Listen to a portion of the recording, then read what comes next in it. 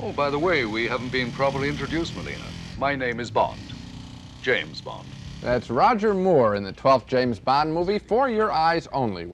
But you're in training. That's a laugh.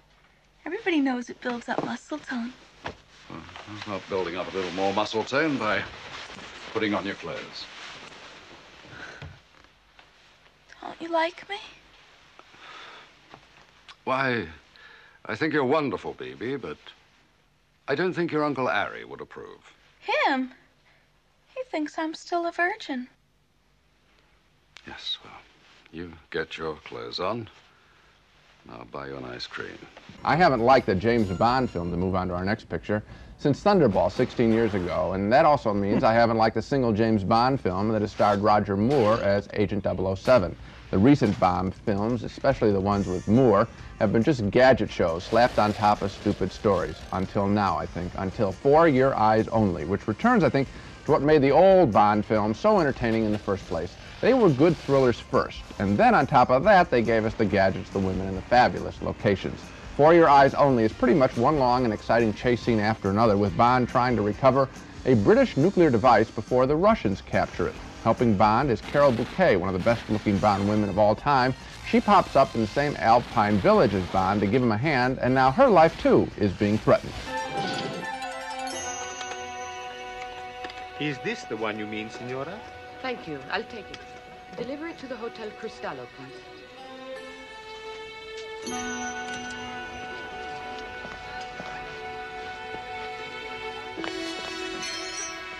Oh, beg your pardon.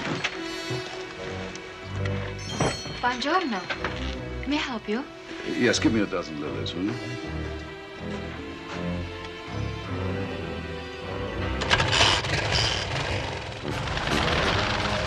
I'll pick them up later.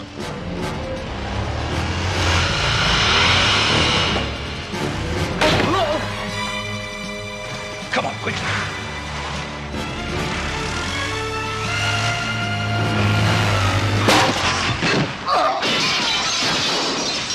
Now, movie fans may recognize Carol Bouquet from her role in a much more serious film a couple years ago, Louis Buñuel's The Obscure Object of Desire. Now, eventually, Bond and Bouquet find themselves tied together at the end of a rope attached to the enemy's boat.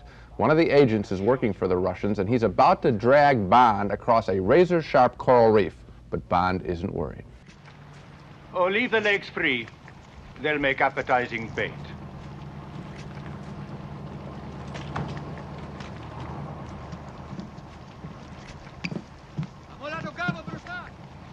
I didn't think it would end like this.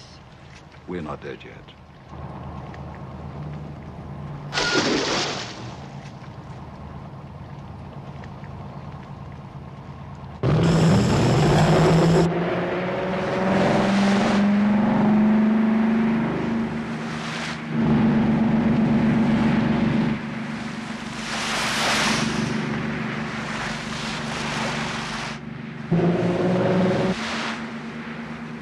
Hold tight.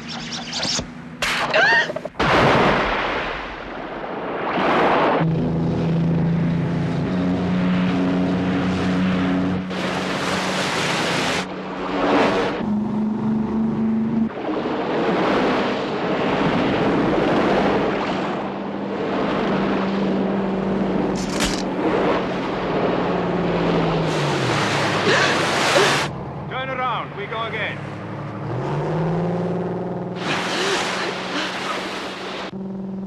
This is a very exciting film with some of the best chases I've seen since, well, 3 weeks ago, Raiders of the Lost Ark.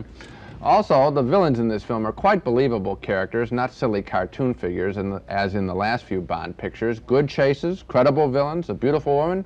That's more than enough for me to recommend For Your Eyes Only. Well, I liked it too, and I would recommend it too, but I did not enjoy it nearly as much as you did in terms of going all the way back to movies like Dr. No and From Russia with Love. Those were the real classics as far as I'm concerned. And this movie, I don't know, maybe it's because there have been too many Bond pictures, but I felt as if I'd seen many of these ingredients before in other movies, like the ski chase and the underwater stuff. Well, those things have been done, but I think the point that I'm trying to make is the following. I thought when the beginning Bond pictures, everybody was out to try and prove something. They were inventing a genre, as it were.